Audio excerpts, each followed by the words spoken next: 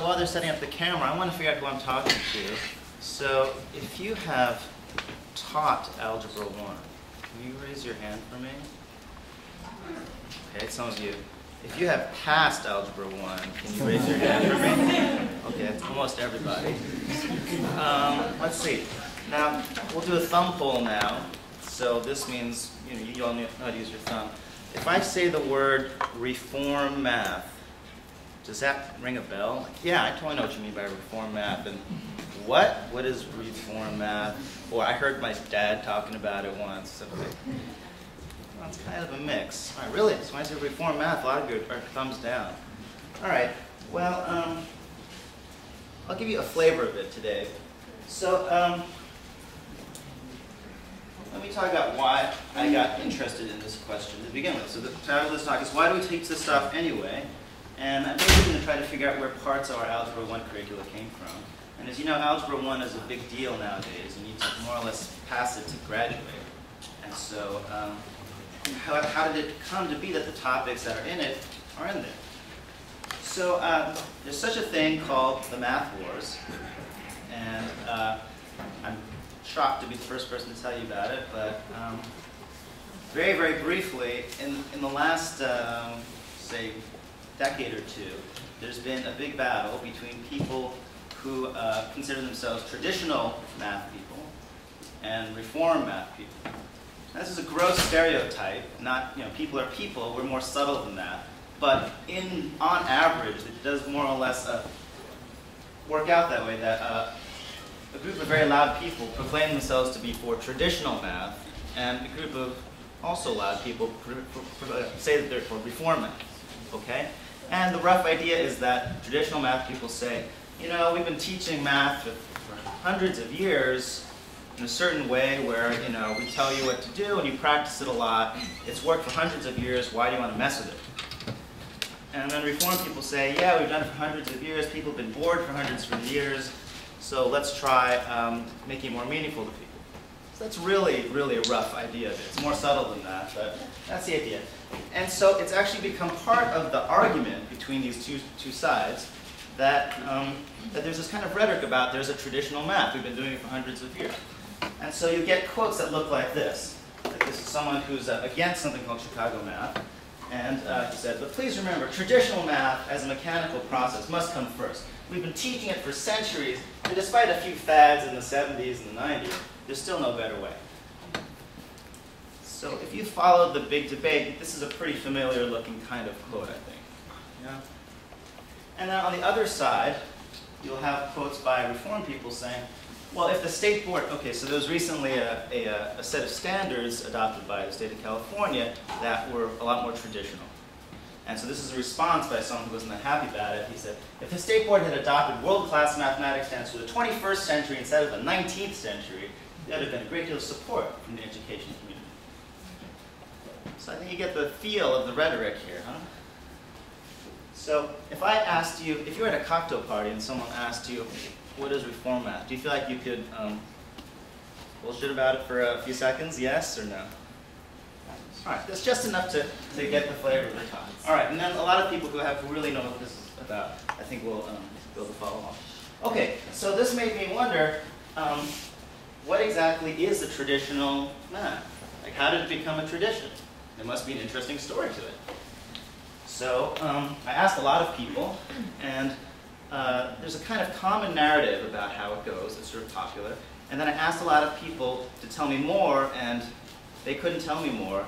And so I dug into it a lot, and I figured actually maybe people don't know the story, so that's why I'm telling you now. So the way a common narrative goes, which might be new to a lot of the people who are thumbs down, is that this is the narrative. I'm not saying this is the way it is. The narrative is, for centuries and centuries, we've had traditional math, which involves a lot of practicing to move around symbols, and don't understand it. It's not as important to understand it right away as it is to do whatever you're asked to quickly. And so centuries pass, and then in 1957, the USSR, which used to exist, launched a satellite and scared everyone in America, and they launched the space race, and it triggered something called the new math. Can I have a quick thumb poll? Have you heard of the new math? Yeah or no? You don't have to know what it is, but yay or no. No. All right. Amazing. Okay, and so the new math was a kind of movement to rethink the mathematics, and it was a bunch of different disparate attempts. So it's a little bit hard to say that there was a new math, but it involved trying to do things like put set theory into the curriculum, try to use more axioms, talk about function more carefully. So, I mean, it's very hard to summarize, but those are the things that new math gets kind of made fun of. Oh, they also did different base systems, so like base 8, that sort of thing. And so, new math happened, and then there's a big counter-reaction back to basics, because a lot of people weren't happy with the way new math ended up, the way they perceived new math was affecting their classrooms. And so the narrative goes, that's when we snapped back to this traditional math. We went back to either the good old days or the bad old days, depending on your opinion. And then in the 90s, there was the 1989 NCTM standards, which triggered a wave of reform math. You all will get these slides, right? I don't think you're going to take careful notes on this. And then there was a counter-reform where there's a more recent set of California standards which snapped us back to traditional math. Okay, that's kind of the way people talk about this. Okay? And then you might have different opinions about whether this is good or bad. Like you might say, thank God we're back to the good old days. Thank God we're back to the good old days. Or you might say, man, we're back to the boring old days. Man, we're back to the boring old days. Okay, so I was trying to figure out, given, I thought this was a narrative, so I figured, well, let's just go back. I want to figure out how traditional math came to be. Right? And what I found is that traditional math is an amorphous thing that's been changing perpetually. I mean, so let me tell you how it goes. So first of all, let's just get our heads on. What does traditional math look like nowadays? I picked a textbook, which I would say most people would say is incredibly average. So this is by Bittinger. It's got a clownfish on it. This is elementary algebra. And this is the list of topics that's in it. And it's a pretty standard set of topics. If you taught the course, it'll look mind-numbingly familiar to you. I've checked it satisfies the California standards. And you might, after you've taught this for a while or taken it for a while, you might kind of feel like, well, this is just what algebra looks like. I mean, we know they're going to be, you got to start off by talking about symbols, and you got to talk about sets of numbers. That's the top there. And then you want to talk about equations and inequalities. I mean, okay, that's how you got to start. And then you solve some problems, and then you want to start dealing with linear functions, and then you look at their graphs, here, and then you get past linear. I mean, how else could you do this? This is kind of like how things unfold. And then once you got these polynomials, you want to be able to reduce them to simpler things, so we start factoring them, and you factor them more and more. And then you look at, now we've exhausted all the obvious things to do with polynomials, so we'll divide one by another. And then we'll look at, now we have more than one equation. So it seems like it's sort of a logical approach. How else could you possibly do this? And it goes on and on. Then you get quadratic equations, and the quadratic formulas is kind of famously, you've all heard of the quadratic formula, right? You could all recite it, right? Okay, just checking. I'll make you recite it later. And then you graph quadratics. How else could you possibly use this? Okay. So that's what I'm going to call traditional math today. Okay, and you can argue about the emphasis and the order and all that stuff. But this is it, I think. All right. So let us go back in the Wayback Machine. And I'm going to start, I could go all the way back to ancient times, but just for the sake of keeping this talk short, I'm just going to stay to America. We're going to stay in America and deal with algebra being taught in America. Okay? And so let's start at the beginning. Remember that America used to be an English colony, or a set of English colonies. And back in those days, there was not that much formal schooling that happened. Most schooling happened at home, but there were a few places you could get educated outside the home. There were so-called dame schools, where you could study essentially at someone's house. There were town schools, where clerks got educated. And if you were a clerk that worked in a commercial town, you might learn some arithmetic, but it was often just reading and writing. And there were these things called Latin grammar schools, which amazingly enough, mostly just teach Latin grammar. You know what Latin is. Latin is an old language. And grammar is kind of like how you fit the sentences together. So these schools, amazingly, more or less, I mean, the bulk of their curriculum was teaching you how to read and write Latin. And that was to prepare you for college. because in those days, college was to make clergy people. Okay, so those were the good old days.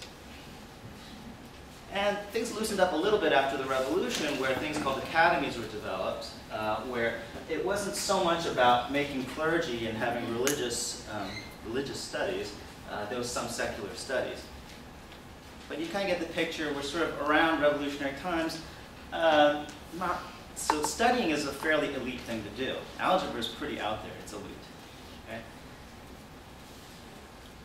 So if you go into the middle, look at the middle of the century, as I said, schooling is fairly elite, and it's pretty inflected by religion. And there's actually not very much math going on. As a nice benchmark, you know, you've heard of Yale and Columbia, right? They're pretty high on themselves now. But back in the 1700s, they first made arithmetic an entrance requirement. So amazingly, before then, you didn't even need to know arithmetic to get into Yale. Pretty mind-blowing. And actually, none of the other colleges required arithmetic at that time. And so around the turn of the century, they finally caved in and started requiring arithmetic. And so that's not quite as devastating a critique as it sounds. There weren't that many colleges at the time. Like, there were about 9 before the Revolutionary War. Okay, and also if you think about it, at that point, like I said, college at this point, it's for upper class people mainly, and it's to train you to be clergy. And at the time, this is what you call the classical education. And that meant you learned the classics, which meant more or less that you could quote the classics, and you learned to read and write in Latin. Pretty different time. Okay, so what was teaching like at this time? Well, it was mostly dominated by English influence, because we were an English colony, right? So what is English teaching like at this time? Well, let me give you a flavor. The huge hit textbook in England was this fellow Cocker's Arithmetic, England, 1677. And a reviewer said of it that this is the first which entirely excluded all demonstration and reasoning and confined itself to commercial questions only. This is the secret of its extensive circulation. So it was a hit. It managed to cut out all the fat, the whole demonstration and reasoning part. Let me give you more flavor of that, give you more precision. So this spawned this really solidified this style of teaching. And in England, there's about a century later, something by a fellow named Dilworth. It's called the Schoolmaster's Assistant. And this was a hit in America. This is the most popular textbook back then, and but it was from England. And it's called Schoolmaster's Assistant, which is kind of funny. But again, you have to think back then. It wasn't like paper was super cheap and you could just run off a few copies, right? So more or less, there'd be small schoolrooms, and then you'd have the teacher would have a textbook, and then students would have to copy stuff out on a slate or something like that. Okay, so you should feel pretty good if you get lecture notes from your teacher or lecture on YouTube. I mean, we're so far beyond this. So Dilworth here, this is the popular textbook, and this is about arithmetic. And I'm going to do a lesson with you from this book. And to give you even a fighting chance, I could just make it so you have no chance, but I'm going to give you a fighting chance and show you this string of symbols, which is what our lesson is about. But this wasn't even in the textbook. Okay, so this is the textbook. Maybe we'll just do the first question and answer, okay? So the first question here, I'm going to ask you, how many parts are there in the rule of 3? And you're going to tell me 2, singular, simple, and double or compound. All right? Got that? Can you read that?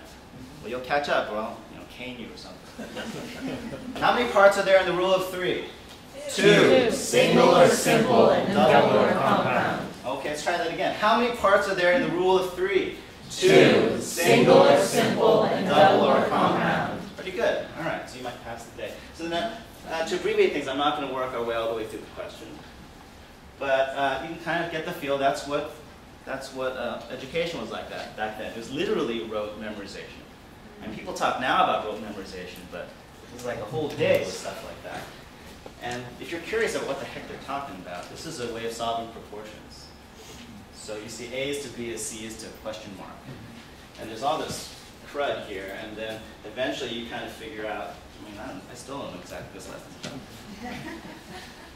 But basically, the idea is that once you have 3 of these items, then you can figure out the 4th by using lots of tricks. Nowadays, we just set 2 ratios equal to each other, but back then, they didn't do it that way. They used the rule of 3. All right, so congratulations. You've experienced 18th century English-style education. This book went through 22 editions, so it was pretty popular. So let's go forward then. It wasn't all darkness at this time. Just to give you another flavor of the educational arguments at the time, there's a fellow named Christian Wulff at the University of Halle in Germany in the 1740s who argued, he had a fairly controversial teaching technique, which was called lecture. And the idea was, instead of having you memorize stuff completely by rote out of a text, you would actually have someone stand up and tell you stuff about it. So back then, this was a pretty controversial way of teaching, because it gives you a feeling of what the pedagogic arguments were at that time. Okay, so we're going to move forward into the 1800s, and things are starting to change in the 1800s. So on the continent, which means the European part that's not Britain, there's real interest in pedagogy. And you've had people like Rousseau, who had written all these really glorious books about how wonderful human nature is and how we should really be cultivated, or childlike wonders, etc. And so people were starting to loosen up their minds about what it means to be a human being and to be educated. And there's a fellow named Pestalozzi, who is, I think, Swiss, and he really put out a text where he said, you know, people should not just be drilled all the time. You should have, they should be active, and they should be discovering things, and you should nurture them, and they should engage in their senses, which was pretty out there at the time, but it was extremely influential. And so people were really starting to think hard about what it means to teach. And on the other side, the French were theorizing, and they started to write these textbooks, which weren't just recipes and incantations. They were logical developments of the topic. And one huge important one was called Bourdon's Algebra, which was put out in 1817. So things are starting to shift around. And to give you a little bit of flavor for what's happening in the US at this point, let's go back to America. Harvard, the almighty Harvard, they started making a requirement. They made algebra an entrance requirement. So up till 1820, you could get into Harvard without knowing any algebra. I don't know, it's still striking to me. And at this point, school is not quite as elite. It's still fairly elite, but there's starting to be free elementary schools and some free secondary schools. There's starting to be this feeling that it's a civic duty to start educating your populace. But still, secondary schools in particular, and algebra, is still a fairly elite thing to be studying. And part of the secret message, I guess I didn't say all together, is that if something is really elite, then you can get away with a lot. Like if you have not that many people taking algebra, and they know they're going to have a pretty lucrative career as a clergyman at the end of it, then they'll sit through a lot of stuff and just memorize a lot of stuff, right? And as time goes on, there are going to be a lot more students in the educational system, and they're not going to sit around for mindless stuff, okay? So the 1820s, remember we got a loosening up of the ideas of what it means to learn, and people are really starting to rethink what it, you know, do we want to spend all this time just doing rote memorization? And in fact, in the United States, there's this fellow named Colloquium who wrote a textbook called First Lessons in Arithmetic, which is actually pretty popular. And this is heavily influenced by Pestalozzi, and it wasn't one of these question-answer, memorize everything books. It had some activities for students to do and tried to structure things so that students even, you know, connected some, first did some concrete problems, then it moved to abstract problems. So it's really trying to reach out to students in a way that hadn't been done before. And it was actually pretty popular. So this was a time when America was experimenting with what would now be called reform teaching. Also, people were really into French things at this point, partly because they had had this war of 1812, where more or less the Americans and the British had a war because the British were at war with the French, and America was having commerce with the French, and that pissed off Britain. And so after the war, America was really interested in French stuff. They were really quite mad about Britain doing that, and of course the French had been their allies. So there did become more of an interest in French thinking. And in fact, this Bourdon algebra text, now come all the way back to the original story, right? So this Bourdon algebra text was so popular that, so well viewed that people actually learned French in America just to read this algebra textbook. So somewhere along the way, someone realized, I can make a buck off this. You don't have to learn French. I will translate it for you. And so there's a fellow named Davies. There are actually a number of translations. But Davies made a very popular one. And there was a fellow named Smith, who also had a very popular algebra textbook at the time. And he didn't bother to say he translated Bourdon. He just did it, and then just called it his book. But if you look at it, it's pretty close. So this is going to be my first touchdown where we're actually going to get into the weeds and try to figure out what was in algebra at this time. And so we have Smith's Elements of Algebra. It's the title page. And this is only the third edition, and it's 1836. It went through at least 6 editions. It's a pretty popular book. And what I'm going to do is let's get into the table of contents and let's try to figure out what's in this book. So first, just to give you a taste of it, this is the list of topics. And I've renamed some of these more modern equivalents. I'm going to give you just a few seconds to look at this, and then I'm going to put this side by side with the modern table of contents. I'll just give you a couple seconds.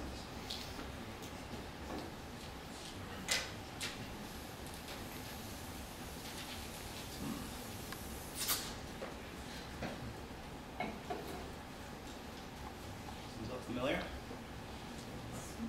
Seems like there's a fair amount of overlap, doesn't there?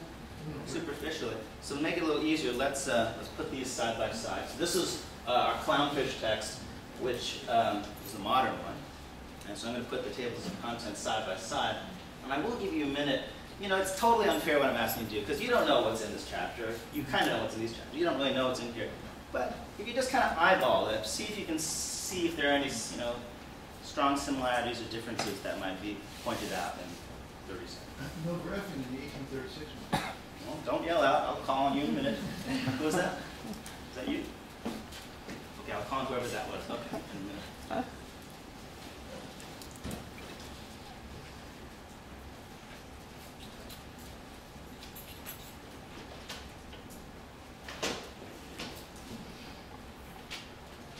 Okay, does anyone want to share something they noticed? Okay, you have your hand up, so go ahead. That book, the 1836 book, looks like it's more heavily into computation, like how to calculate square roots and stuff like that. Point, thank you very much. Anyone else notice anything? It seems sort of strange that it didn't get to negative numbers until about the middle of the book. I know. And let me tell you, when they got there, they were a little bit scared of them. It's kind of like, if you get one of these solutions, you better watch out. Anyone else notice? So someone yelled out at the beginning. Did they want to chime in? There's no graphing in the 1836. Is that right? There's no graphing here? Yeah, there doesn't appear to be any graphing unless it's hidden in one of those chapters. Okay, pretty good. Anyone else have anything else burning? Yes, you would last. It looks like inequalities showed up kind of late on the left. They were pretty early on the right. Fair enough. Yes. And this is really brief too. This is about 3 pages actually. So okay, that was really good for 1 minute. But I can do a little better than that because I read through these books. And let me tell you, if you compare, let's just look at the 1836 text, which let's remember is kind of, you know, supposedly the traditional golden age of algebra. Right. So I'm going to highlight in green all the topics that more or less are still done today. So, and I think that they all look the same. You have rational expressions both left and right. Oh yeah, well I'll get there. Thank you. You might think that was a typo, but it is not. So this might look a little unfamiliar, but if you think about it, 2 variables, 2 equations, first degree, it's a linear system, right? Okay, and then you're right, this is kind of late, this is kind of skimpy, but it does get done. Square roots of polynomials, we don't really do it that way anymore exactly. Like you don't call it square roots of polynomials. But you do it. Like there are certain, you know, factoring type problems where you're supposed to notice that a polynomial is a square. And that's basically what this is. Okay. So that's the stuff on the left that's more or less done today. And then I'm going to do the same thing over here. On the right, here are some topics that definitely are almost done the same way as we did in the past. So you can kind of see that.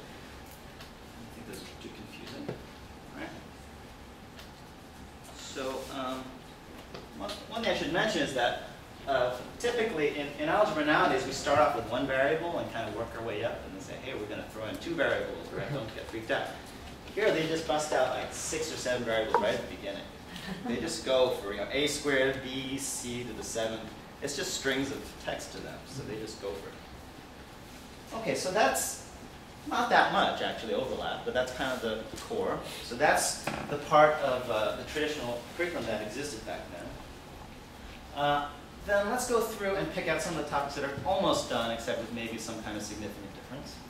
So let's pick out these. Someone pointed out radical, I don't know if it is it, but I will say, radical expressions as done today is more or less done the way as it was in this text. We see down here. Except it was an extra topic back then. It's kind of the bonus stuff that you get to with time. And this is kind of a weird topic, which is basically if you have 2 variables and 1 equation, what do you do with it? This person, Smith, really was interested in this stuff, and he called it indeterminate analysis. Slightly eccentric on his part. It wasn't that popular in the day.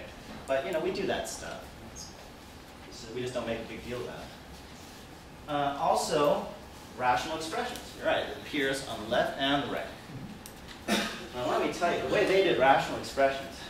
So, rational expressions nowadays is a subset over here. So it's basically you have a polynomial divided by another polynomial, and then you usually kind of look longingly at it, and then you factor the top and the bottom, and then you cancel factors. It's actually pretty tedious stuff. You might graphic if if the text happens to do that. So that's pretty much rational expressions, and then you'll add them and subtract them, that kind of stuff. In the old days, the way that they simplified rational expressions, so the way they simplified a polynomial divided by another polynomial, was real hardcore. So in 1836, well, let me tell you, so it was an analogy with how you would reduce a numerical fraction. Okay, so if you were given a task of reducing a over b, maybe just think about this for a second. How would you do that? What did you say? Either products of primes or the Euclidean algorithm. Okay, so there's 2 ways already for it. So one is you could decompose the a's into products of primes and the b's into products of primes and cross out all the ones that are the same. Or you could do the Euclidean algorithm, which I think if you are math people, you probably bumped into in class. And that's basically a trick by which you say I've got 2, you try to figure out the greatest common divisor. Let me put that up first. So one way to do it is to figure out the greatest common divisor of A and B and then divide the top and bottom. And the Euclidean algorithm is a marvelous trick by which you do it. Can I have a thumb poll? You know what I'm talking about when I say Euclidean algorithm? Yay. Okay. Some people are too shy to vote on that poll. If this is for my class, I'd make you vote. Get off today. Basically, if you have 2 numbers and you're trying to figure out a common divisor of these 2 numbers, well, here's a trick. You say, well, if I see how many times this goes into this, it'll go in some number of times with the leftover remainder. And so whatever was dividing both sides here is going to divide this and the remainder. Because the greatest common divisor is dividing the original number however many times and the remainder. So I've reduced it to a new problem of finding the greatest common divisor of a smaller number and a smaller number. And then you do that like 10 times, and then you eventually get to a place where it's obvious what the greatest common divisor is. That's the Euclidean algorithm. And I went into the detail because that's how they did rational expressions back then. To reduce the polynomial fraction a over b, you found the greatest common divisor of a and b, and you divided it out. And how in the world do you do that? You have to use the Euclidean algorithm. And how in the world do you do that? That is tedious stuff. I mean, you basically have one polynomial and you're dividing it by another polynomial. So you're basically doing long division, and then you have a remainder left over, and then you have to do another long division of polynomials. You're really hating life by the end of the whole thing. Okay, so that was rational expressions. And that part of rational algebra left somewhere along the line. This isn't even called rational expressions. It's called finding the greatest common divisor of two polynomials. And that was explicitly, in later reform efforts, was explicitly called out as a really stupid topic. So they pulled that intentionally out of the curriculum. We're almost through this whole chart here. Quadratic formula. Okay, this one is probably not very understandable to you, but I wrote general formula and the discriminant. So this is a really long-winded analysis of the discriminant, showing a lot of phobia of imaginary numbers. And it's actually funny because I don't know, I had this stereotype that back in the old days people were really scared of imaginary numbers, but I kind of thought, you know, how scared could they be? I mean, the text is really scared of these imaginary numbers. So so they did a general formula, which was so here's the quadratic formula as you know it. Do you remember? Do you think you can say A it? plus or minus b squared minus 4ac. Don't do it yourself. Everyone can say that. Right? So if you have ax squared plus bx plus c equals this thing, and then you memorize this part, right? Unless I made a typo, but that's right. All right. And it's great because you can solve any second degree equation like this. How else would you do it? Well, back in the old days, they instead had you reduce to a general equation of second degree, which meant that you reduced it to something that looked like this. X squared plus px is equal to q. And then that implied that. And it is good for your brain to try to figure out if that is true and how in the world we got that. I think I'm running short on time, so that will not be good to your brain. But if you remember anything about completing the square, then this is a typical way you complete the square. You get these parts over, and then you think, what could I possibly add here that would make this a perfect square? And then you think, oh, you know what? It should be p over 2 squared. It'd be really great if I added this thing to both sides. There, bam, I added to both sides. And now I can take the square root of both sides. And then I get this part over there on the right, and then you get x plus p squared on the left. So this is basically completing the square. Well, that's exactly what that is, too. Yeah, actually, that's how you prove this thing, too. But actually, I like this. This is superior. And you can, if you have this, then you can divide through by a, you get this, and then use your general equation. So it's just as general. And b is even. You save the step. You don't have to simplify your remedy. Yeah, exactly. There are a lot of extra little steps actually here. It's kind of beautiful formula. So this fits in psychologically with a lot of the approach of algebra of this day, which is that, I mean, we say that we take arithmetic and we go to algebra by more or less replacing numbers with variables, but they really, really did it. Like if you go back and look, where were we? Here. So they do square roots of numbers, and they do square roots of polynomials. That's how they thought about factoring back then. And what's something else? They did fractions, and then they did fractions of polynomials with the the whole Euclidean algorithm thing. That was really the way they conceived these things. Okay, so but this is fairly close. This part that's pretty close. That's why it's yellow. They do some problem solving in the sense that they pose problems and you're supposed to solve them. But there are not any applications. There's no science applications or anything like that. It's all like a farmer goes to the store with a bushel of corn, that kind of stuff. And there are these really intense problems with English currency. It's difficult.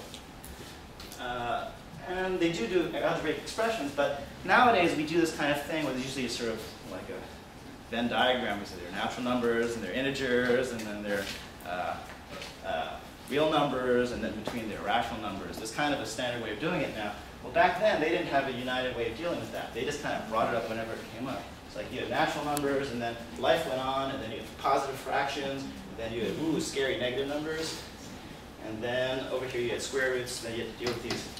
We would call them irrational numbers, but back then they called them surds because they're so absurd, these numbers. And then as a bonus feature, you get imaginary numbers in the what do you want to call it, DVD extras. So we're actually, so there's a certain amount of overlap between this. Equalities and inequalities, well, they do inequalities and inequalities, but there's no graphing, as someone pointed out. This is probably the most striking difference. There's no graphs at all in the whole book. So that means that there's no graphs. That means if there's no graphing, there's no slope. There's no rates of change. There's no plotting. There's no tables.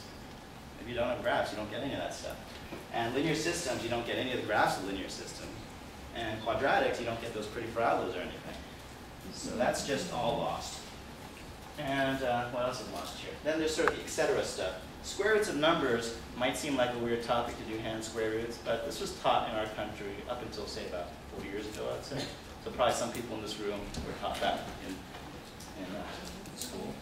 But this fell off the map eventually, probably because calculators became so popular. And there's no number line back then, so that was totally unknown. And also nowadays, algebra classes usually start off with some kind of stuff about commutative law, distributive law, associative law, which is just totally absent from these books. They don't do that at all. And the final thing that I find a little bit striking is that, you know how there are all these tricks now? Well, I don't know if you remember Algebra 1, but there's just like a lot of factoring. And there's just a lot of special cases, and they're usually like integer coefficients, and you find some trick by looking at the factors, and you add the factors. And it's a really tedious topic. And it's not in the original algebra. So the rest of this talk is going to be devoted to trying to track down where these, so we know where this thing fell off the map. And I'm going to try to figure out where these 5 things entered the algebra curriculum. And in some ways, if you look at it, that's a lot of the algebra curriculum. It's kind of almost everything that we teach in the algebra curriculum except for the symbol pushing. Okay, so we'll go ahead in history a little bit. This whole Civil War. And as a result of the Civil War, there's these things called these Morrill Acts. I could pronounce moral, I don't know how you pronounce it, but I'm going to say Morrill Acts, which basically set up a bunch of colleges across the United States. And the federal government basically gave federal land to states in order to set up colleges. So there's starting to be a huge explosion of colleges in the country. And it's sort of no coincidence that this happens 1 year after the Civil War started, because they've been trying to pass this thing for a long time. And then when all these southern states seceded, a lot of the southern states have been trying to block it, not because they're against education, I think, but because this is set up so that it's proportional to your population, the amount of land you get. So it's kind of unfair to the southern states. We get the setting up of Johns Hopkins University, which is one of the first private universities in the country. And this is really the first place where people start to do research. And this is the first time in the country. It's very, to me, this seems very recent. It's almost of the 1900s.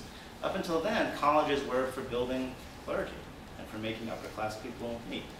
And this is the start of what some people call the German university, where you actually have researchers at the top and graduate students. At the same time, there's an explosion of growth in the number of people in high school. I mean, back in 1890, there were not very many students in high school, remember? It was a fairly elite thing, but it really started booming by 1910. And so in this time, there's all this expanding numbers of students, and you get more secondary students, and you get more desire for some kind of practical education and not just some kind of classical training where you can say, oh, I know Plato. And there's also this tension between these old elite standards that people had for what it meant to be educated, and then also colleges wanted to fill all the seats. There are all these new colleges, and so they couldn't make it that exclusive. So there's this weird push and pull. And finally, there had been at the beginning of this century all that stuff I told you about Pestalozzi, like more of a nurture the child, engage your creativity kind of movement. And by the end of this, there was more of a return to the idea that math, why do we learn math? Well, it's because it's mental discipline. Math is good for mental discipline. Actually, you'll hear people say this today. But this is really prominent back then. And this is a typical quote: study is not a recreation, and to be productive with good results, it can never be a recreation. Study is work, and mathematical study is hard work. So it's supposed to be kind of painful in a way to build your character. So if your classes today are painful, it's kind of an accident. Like, you're not supposed to build your character like that.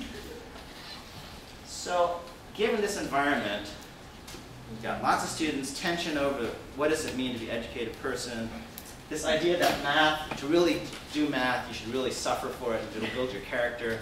You get an explosion in factoring in the curriculum.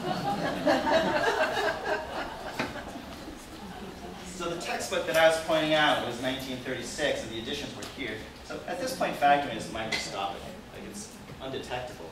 And then if you go decade by decade, this is the percentage of textbook material. And you can see that factoring starts shooting up, up. So here it gets a high of about 13 or so %. And it's still pretty high, it's up here. And just to compare, the Bittinger text I have is about 11% if you count by pages. Real rough estimate, but this is a rough estimate too. So this is, during this phase is when all this factoring stuff entered the algebra curriculum. Bam. So let us review. So far, we inherited, first we had this truly horrible British style education, and that was replaced by a slightly more enlightened European algebra, that French textbook Bourdon that got translated, and other French textbooks. And we did pick up some of the topics that are in our modern Algebra 1. And then in this kind of last half of the century, when there were people really into tricky problems, hand factoring really became big. And if you look at the tests from those times, they're really into super complicated, like parentheses and super parentheses, and they're called nests of parentheses. I mean, it's a really tough time to be taking an algebra test. Okay, but we still haven't picked up more than half of the curriculum. So all this graphing stuff we talked about, application. So let's go a few more minutes into the future. I'm on track to be good. Okay, so this is the factoring graph I showed you, where you see factoring, invest in factoring because it is going through the roof. And numerical equations, so these are problems essentially that use equations to solve that have number solutions, started declining a little bit to make room for all the factoring. And if you look at some of these other topics, so here this is factoring, this is numerical equations, this is powers and roots, which is, you're manipulating all these exponents basically, and then the roots you're trying to work out all these radicals. This part stays pretty steady until something weird happens right around here. This is the year 1900. So the year 1900 is weird. And let's just see what else happened in 1900. Here's another topic, and this is graphs. We've been waiting for graphs to show up. I've been waiting for graphs to show up. And this is a real solid zero. Definitely zero. These are trace elements of graph. And then around 1900, this decade and this decade, there starts to be a little bit of graphing. So what in the world happened in 1900? In 1900, that seems very recent to me. Well, okay, let's look at the 1900s. So there's a fellow named Perry who, in the English side of things, got so fed up with the horrible British education system. He had this, he's a professor, and he launched this scathing attack on the British educational system, saying it's meaningless and that you shouldn't train people to be dumb and obedient, and you should connect math to science. They're not separate topics. And you should experiment, and people are capable of discovering things, and you should use graphs. Why not? People use graphs in business. This is an important thing. So this is called the Perry movement in the United Kingdom. And this was hugely influential in Britain. And they ended up reforming their education system by quite a lot during this time. In America, there's a fellow named E.H. Moore, who is a prominent mathematician. He gave an address in 1902 which said, more or less, I agree. And he said, and he also was really interested in connecting algebra to geometry. Like, you shouldn't just say algebra and geometry are totally separate. So at the beginning of the 1900s, there are these really public calls for reform. And more subtly, there start to be, so we just had this high school, the growth of high schools, and there started to be the growth of junior high schools, which didn't exist up until this point. Up until this point, you had elementary school through grade 8 and then high school. And then someone suggested, you know what, we should make junior high schools because then we could push some of the topics down into junior high school. So that caused a big need to create more curriculum for the junior high school. So people were in a situation where they're creating new curriculum, and there wasn't quite as much of an intense need to get through the high school curriculum. And so they could really experiment with combining different algebra, geometry, integrated curriculum. And so it was a time when people were really allowed to rethink the curriculum. So let's look at what happened to graphs, before we lose that thread. So this is a graphs picture. Here, remember, there's no graphs, and then you get trace elements of graphs, and then you start to see the growth of graphs. And then this is Bittinger. This is how much graphing happens nowadays, which is about 11%. And if you were forced to on an exam, guess what happened? You might guess that this went in a straight line, that went straight up like that. But that is probably wrong, because something really significant happened in 1923 that made the graph shoot up. But I don't have the data, which is why it's not on the graph. Let me tell you what about that. So, oh, I forgot one thing though. So remember, here we are, people rethinking rethinking what it means to teach math. Perry and Moore denouncing the current systems. Things look like there's a lot of reform happening, but there's a counterforce, which is the College Board. So all these colleges at this point had different entrance requirements. Incredible pain, because it's to the point where they're so different that you'd have to kind of figure out what college you're going to and then study your last year to try to get into that college. And so a lot of them got together and said, let's have a uniform entrance exam. And so they founded the College Board right around 1950. And you know them as the SAT people probably now. So the first College Board entrance exam, and it was put forward. Now you got to think about their situation. There's all this reform bubbling, but they're the new kids on the block. They're trying to get all these colleges to adopt them as an entrance exam. So can you imagine what they would do to the algebra part of the exam? Make it super tough. So they made their exam 80% on algebraic technique, which is manipulating stuff, and 20% solving problems and using equations. So it's really, at that time, a very conservative exam. And it was meant to say, hey, we're tougher than anybody around, so you can use us as your entrance exam. Don't worry. And it stays in this really intense symbolic phase until 1923. Keep on talking about 1923. Well, I'm not there yet. So just to give you some more context, in 1910 you have the high school movement where lots and lots more people are going to high school. In 1910, 20% of high school age students were in high school. By 1940, 73% were in it. So this is really when high school happened in America. And also in the beginning of the century, there's a lot of philosophizing around progressive education. Dewey was a really prominent person. The idea that people are social beings, that we can learn, we're citizens, etc. So lots of rethinking of education back then. And there's this counterforce of essentially the College Board exams. And finally, there's this report of 1923 that's released by the MAA. And they had had enough. And so they released this kind of manifesto that math should be reorganized. And they said, well, why should we teach math? Well, it's not for pain. Math is more than pain. It is painful sometimes. So, number one, these are all quotes from the report. Insight into and control over our environment. You're not a subject. You should be an active, powerful being. 2, you should appreciate how much progress has happened in society. And 3, you should get habits of thought yourself that will help you in your life, which is actually a pretty modern conception of math. I would say this could have come out of the last NCTM, previous NCTM release. And they said, this is why we teach math. And all topics, processes, drill, and technique not directly contributing should be eliminated. So we should just nuke all the stuff that's pointless. And so when you nuke all the stuff that they thought was pointless, what do you have left? They said that this is what we think algebra should be. These are the important parts. First of all, you should emphasize formula.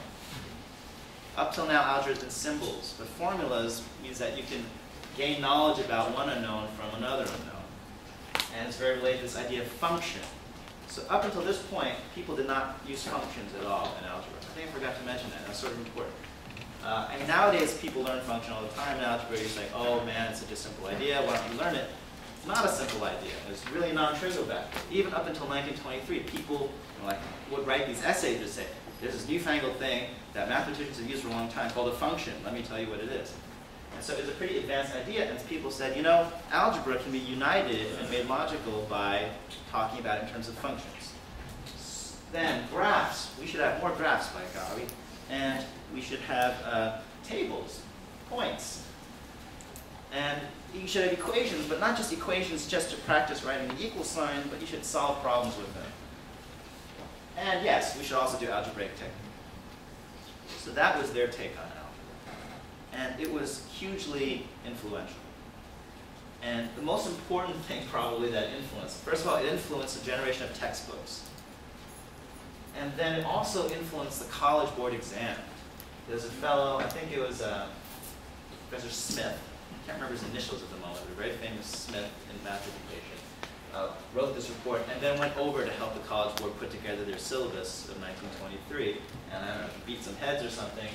And basically, the College Board changed their syllabus to match this. Not match it, but to be close.